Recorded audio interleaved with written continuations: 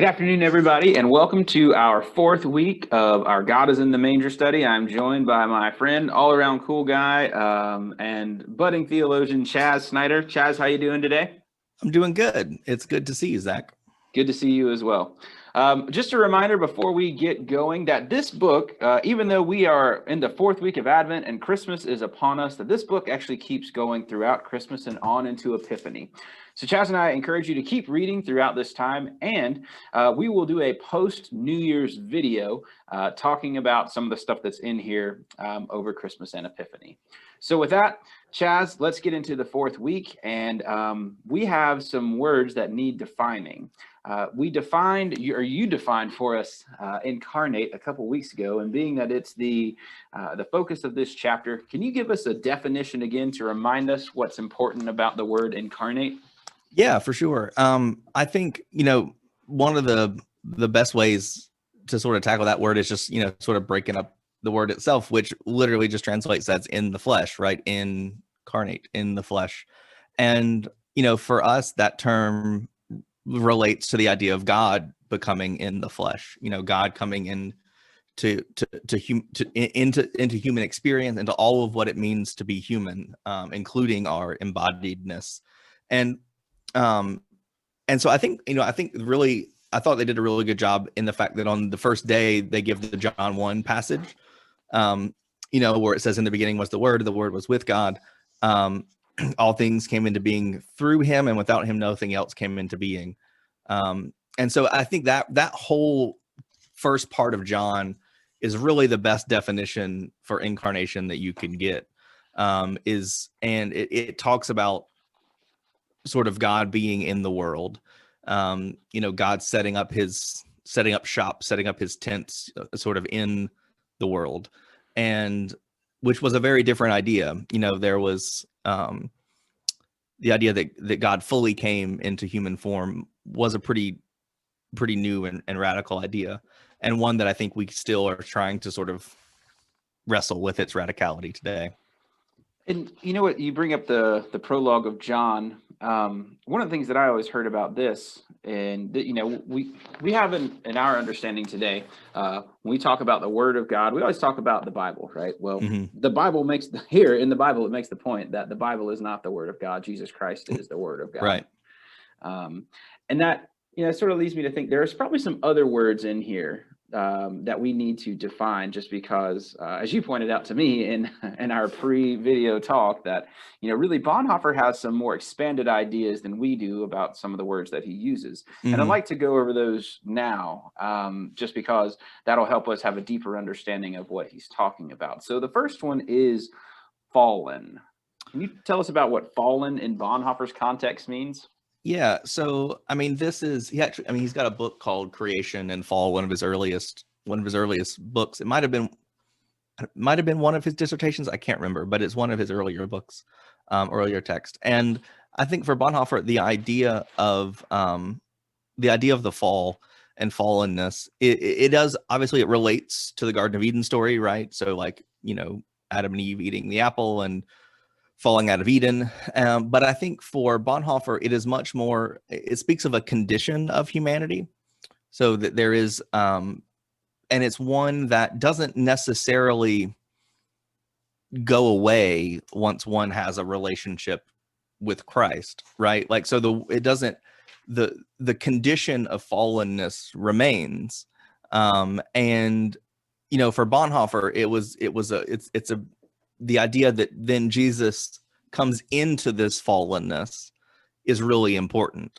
That he comes into this this lostness, this fallenness, and yes, to overcome it, but also to overcome it by inhabiting it. And so I think in a similar way, which is why we would, when we say we always need Christ's presence in our life, right? For that reason. Yeah, and I think, and it's why we constantly go back to this season, right? That it's not this happened one time kind of thing, and we sort of continue to reap the benefits from it. But it speaks of a process that we are continually going through, one that requires a constant Yeah, a consistency to continuing to reflect on it and continuing to work through it. That's something you said a couple weeks ago just sort of shot into my mind. You said that Bonhoeffer is, particularly, he's got some very big Moravian overtones, and as you were just describing that continual need and that continual process, it brought to mind the idea of when they were living in community in the 1700s, and the question was, how is your daily walk with Jesus going? Right, and I mean, I think one of the challenges of sort of reading some of this stuff in sort of the modern day is a lot of this stuff we equate to like doing actions, right? Like there is this sort of like action consequence, like I do this and get this. And I think for Bonhoeffer, it's not about sort of like, or even like the Moravian example you use, like it's not like you do this to get this, you do X to get Y.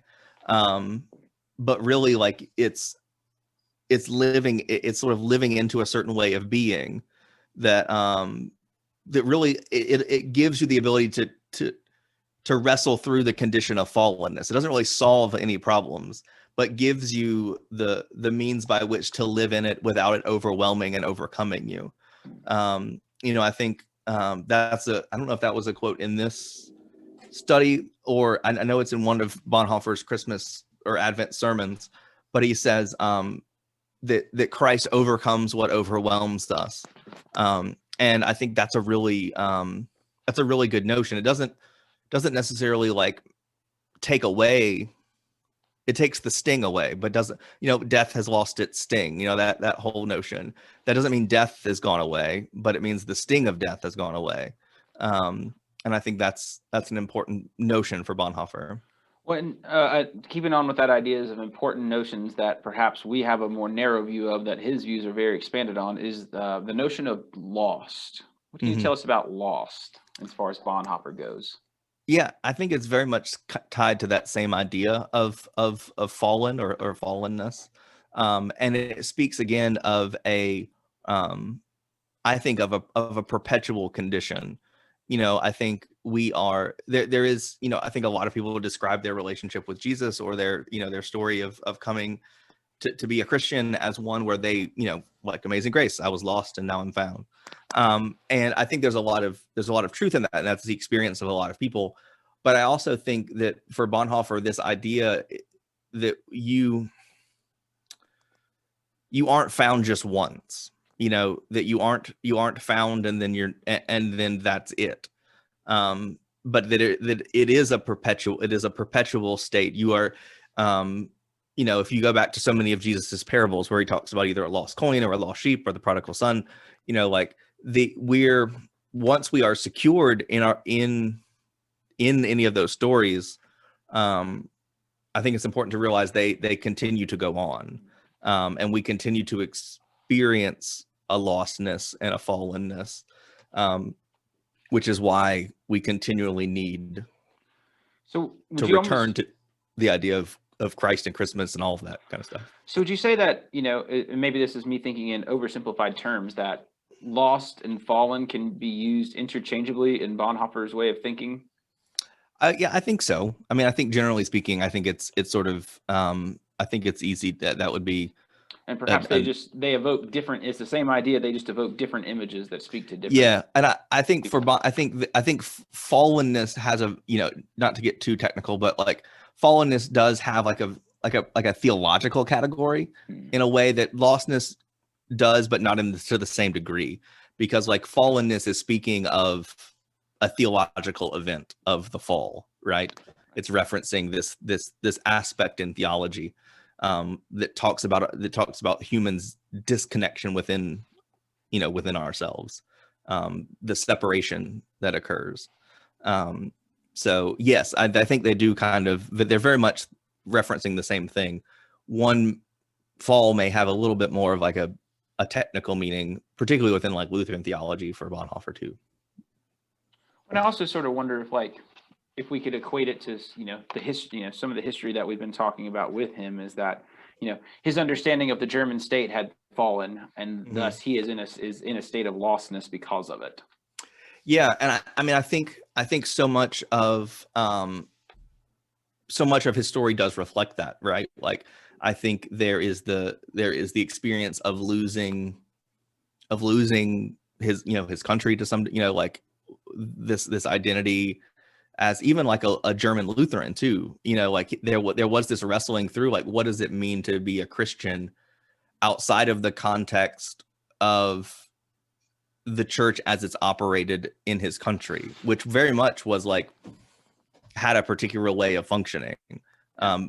And I think what is most inspirational about not just Bonhoeffer, but there's other sort of German theologians who pick up on this as well. But I think it's one of the reasons why I think like German theology of this time, some of it is so interesting because it's trying to articulate this idea of faith that is fully separate, like that necessarily now has to be separated from the cultural and political apparatus of like the German state church.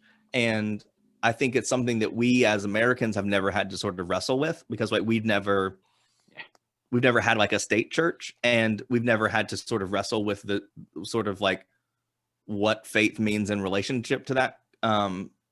And so, yeah, I think it pushes towards a universality that I think is quite interesting. Well, I feel like we could keep going on this topic. Yes, I could. I'm sorry. And let's come back into the deep end. Yeah. Well, there's one more thing I want to get a little bit more context on, and it's a person, and we she's been alluded to, in letters to this person, but we actually have on Sunday here, we have a quote from her. And I have an odd little personal connection to Maria von Wedemeyer in that she, like, hearing her talk about, or hearing about her and Bonhoeffer's relationship was the thing that made me sort of want to say, you know what, I think I actually, I think I want to marry my wife because of this. And, there's that one little detail is like, here you have this engaged couple. They only got to embrace once. Mm-hmm. And it's only because she broke free of, the guards that were sort of walking her, out of his jail cell. Mm-hmm. And I just remember reading that, and I was like, well, that's not going to happen to me. I'm going to snatch up the one that I love right now. So thanks, Maria. But anyway, can you give us some non-personal... Very practical advice. Can you give us some background into Maria von Wedemeyer, please? Yeah, I mean, I don't know a ton, but what I do know is I think what you described as a relationship really categorizes them quite well, in that they had this very deep relationship. I think relatively speaking for that time, they were engaged like later than relatively for that time, like it was sort of a later engagement. Like usually you get married like pretty darn quick. Because he was like what, in his late 30s, early 40s whenever? I think so. It was definitely 30s. I don't know, because I think he was either right at 40 or a little bit older when he died. And they weren't sort of dating and engaged that long before sort of like things got really bad in Germany. Most of their relationships was through letters. Yeah, and so I think that is what is the most interesting thing about their relationship, and it gives it this interesting depth quality to it, and one that has like an intentionality to it that is very similar to Bonhoeffer's theology and approach to the rest of his life too. That I think there was a level of commitment he sort of brought to every aspect of his life, and you saw that in their relationship as well. Well, I just love, and if y'all haven't gotten to Sunday yet, or day 7, it's just this beautiful little description or little thing from a letter, and it gives us our image for the week, and it's darkness. And so as we start talking about the week, we're going to sort of keep darkness in mind for our image. Mm-hmm. And then I'll hold off on my favorite part that's in that for the end. So as we're thinking about darkness and thinking about the readings for the week, Chaz, was there anything that you liked or that stood out to you? Yeah, I think for me, this kind of goes back to the words that we were sort of looking at from the beginning. On day 3 on page 55, is talking about this idea. It's really continuing to set up this idea of the incarnation of God sort of dwelling within human experience. And this is the very end of Bonhoeffer's words. It says, whether we wish it or not, whether we are sure or not, we must hear the words once again. Christ the Savior is here. The world that Christ comes to save is our fallen and lost world, and none other. And I think it's, I think that, to me, I very much see that image of darkness in that too. I think we forget the connection to why, I think we may have talked about this before, but why it's so important that Advent happens in the winter, like in the winter months when it gets dark really early. Right. Because it does have this sense of the darkness is very, like, we are in the deepest darkness of the year. And that we have to understand that is the condition that then this moment of light and joy, like, that's what it comes into. I think we tend to start Christmas and this season like very excited, right? And not for bad reasons necessarily, but like we start it with like this I need to go decorate and make it bright and colorful and like do like, and we start it with this level of like excitement and joy that is epitomized in like a Clark Griswold fashion, getting his very house much written. so. Yeah. But I think, historically the season of Advent is set in the winter for that reason, because it shows the darkness that the light's going to break into. And I think that's important for this idea of incarnation, and this, what Bonhoeffer just said about sort of talking about a lost and fallenness. It gives us a good reminder of what the incarnation is breaking into. And I think that's really important to keep in mind. It's interesting. A second ago, or a few minutes ago, you said that there's an idea that we wrestle with, that we perhaps don't wrestle with enough. There's one of my favorite things is on it's on day 2, and it's from Frederica Matthews Green. It's the very end of what she says, and perhaps it sort of gives maybe a different reasoning as to why we don't have this deeper understanding of Advent. She says, "We grew up with the Jesus story until we outgrew it." Mm. And sort of thinking about the things that you just said, like the things we get excited about, the things we're ready for, the things that we're really looking forward to. Perhaps we just have lost some of the intentionality of focusing on Advent because of Christmas. Yeah. Yeah. And I mean, the way she finishes that sentence or that paragraph is really great. The last day we walked out of Sunday school, maybe the last day we seriously engaged this faith. And I think it does, I think it does speak to why like reestablishing this idea of darkness isn't one that's just like, we want to be Debbie Downers about Christmas and make it more emo than it was before. But really, like, have you watched the SNL skit, the Debbie Downer skits? No. Oh, sorry. Insert clip here. Yes. And so yeah, and I think that the reason is a very good one, in that, like, if faith is just those moments, those like really happy Sunday school moments, then it's not going to last you outside that Sunday school classroom, right? Because like you're going to be hit with this thing called life, and then this season is no longer going to have. It's going to become this disconnected thing. It's not going to be part of life, because life includes, especially life that's in fallenness or lostness, it's going to include areas of darkness, and we need a way as humans to sort of ritualize and process that, and one that's not just like la la la la la, pretend it doesn't exist, but one that really sees the hope and the light within it. And maybe that's what we're so uncomfortable with, is just the to quote you earlier in our pre-video conversation, the juxtaposition of this season that we're just so uncomfortable with. We're just going to say, you know what, just going to focus on that which is coming and is not here yet, and pretend like it's already here. Because really, No, you keep going. Because really all the things that we were reading about this week and the images that we're presented with are just steeped in a sense of juxtaposition. Right?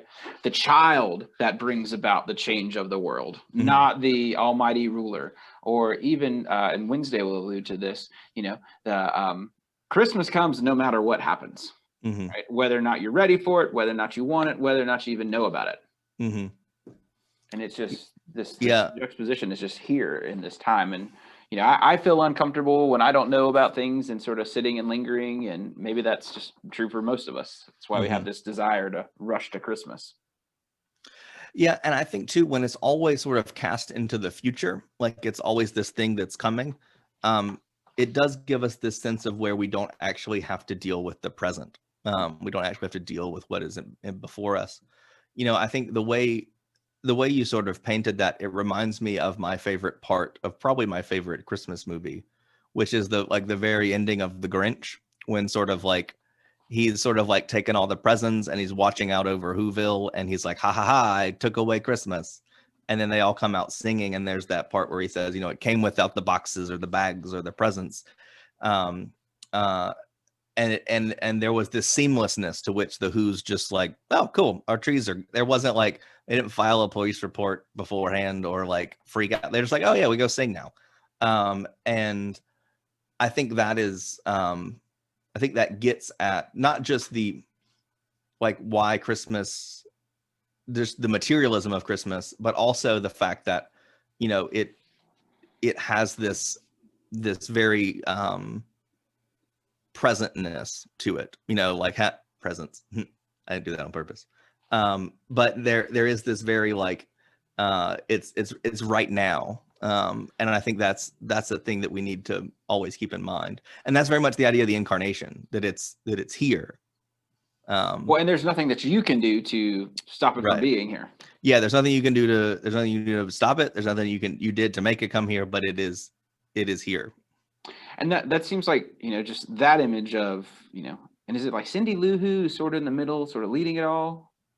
I think so. I think in the movie, she's like, she's the one right in the middle. Are you an animated person or the Jim Carrey one or the new one? No, Jim Carrey ones, no. The only one that's canon for me is the book, and then the movie that's just reading the book.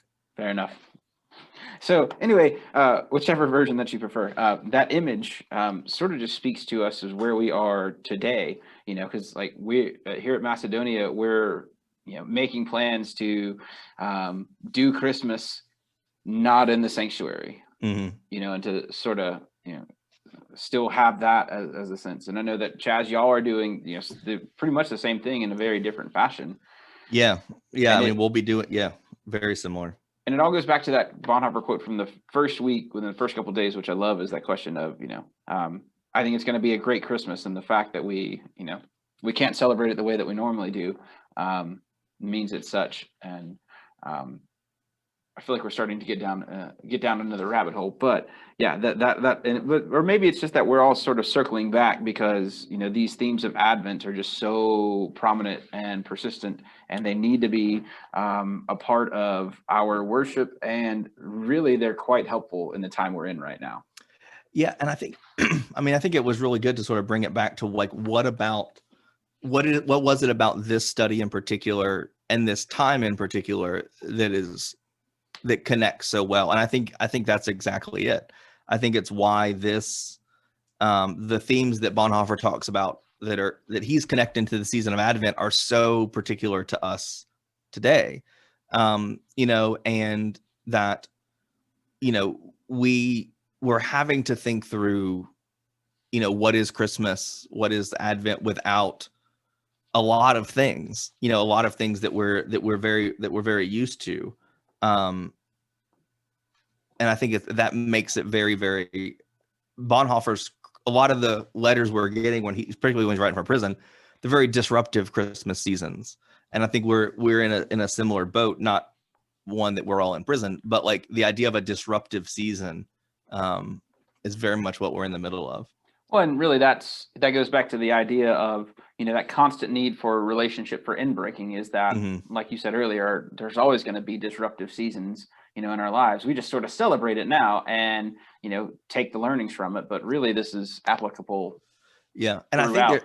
I think a lot of times this season in other years has allowed us to sort of like put some shiny tinsel on top of the disruptiveness, and sort of like, Hey, it's what it's supposed to be. It's Christmas time, and Christmas time's crazy. Yeah, or like we got to go do the family stuff, and we're not, so we can bury down all of the disruptiveness, so we can all be smiling and happy on Christmas.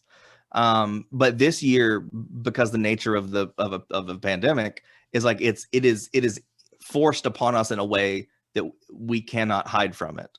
And I think that's something that is even more disruptive about this year in particular. Well, before I ask you to tie it all together for us, these past 4 weeks and the themes, is there anything else that you like particularly during this week? I mean, the theme in general, I think was one that, I like the way that it sort of flowed from the first idea of waiting into this idea of incarnation. So I think just the theme of this being the sort of thing that propels us to Christmas and the season after Christmas. I like that whole idea a lot. Yeah, because I mean, it's what we've been waiting for. It's what hopes are. Yeah, and it goes back to the sort of the ideas of mystery and redemption and wait. Like it very much is these ideas very very build on top of each other and use the ones that came before it, I think, in a very very powerful way. And that's where I want to sort of end us today. And I want to go back to that quote from Maria von Wedemeyer. And I'll read the whole, the whole last sentence. This is what I pray for you and for all of us, that the Savior may throw open the gates of heaven for us at the darkest night on Christmas Eve, so that we can be joyful in spite of everything. That last part of that sentence just gets me. So that we can be joyful in spite of everything. And that seems like the sort of like the culmination of the incarnation and the culmination of Advent is that it gives us this, ability to find joyfulness in spite of no matter what's going on. And to contextualize it, World War II is raging. It's hitting Germany at this time. And this person that she is, deeply in love with, she's only able to hug once, and they only correspond through letters. She's saying that she's hopefully going to be able to find joy in spite of all of that. And the fact that she says it's not just finding a way to deal with it. It's not just finding a way to get through the day, but it's finding joy. And that's more than just surviving. Yeah, it's in spite of is not instead of. Exactly. It's in the midst of. Exactly. And it's not like, and it's something as powerful as joy in the midst of something as challenging and disruptive as their current circumstances, I think is really powerful. It all goes back to that image of darkness and the light shining in. It does. All Very right. much so. Well, I want to just say thank you all to everybody who's been following along. I know that Chaz and I have a lot of fun doing these, and I know that y'all have been reaching out to me and have been reaching out to Chaz, and you've been saying how helpful this is finding it, and that brings us a lot of joy. And hope that you will continue reading on throughout Christmas. And just a reminder this book continues on, and that Chaz and I will do a post New Year video talking about the 12 days of Christmas and the Epiphany stuff that's here in the book. Yeah, which is good stuff too, which I think is definitely worth sort of continuing, which is, I think, something that we lose the practice of. I know I do. Like we lose the practice of that Christmas Day starts a new season, doesn't end one. Yeah. Chaz, I hope that you have a very Merry Christmas. I hope you do as well. To all of y'all who have been following us through this study, we hope that this Advent's been amazing and that you have a very Merry Christmas. And we look forward to catching up with you after the new year. All righty. Have a good one. Grace and peace, everybody.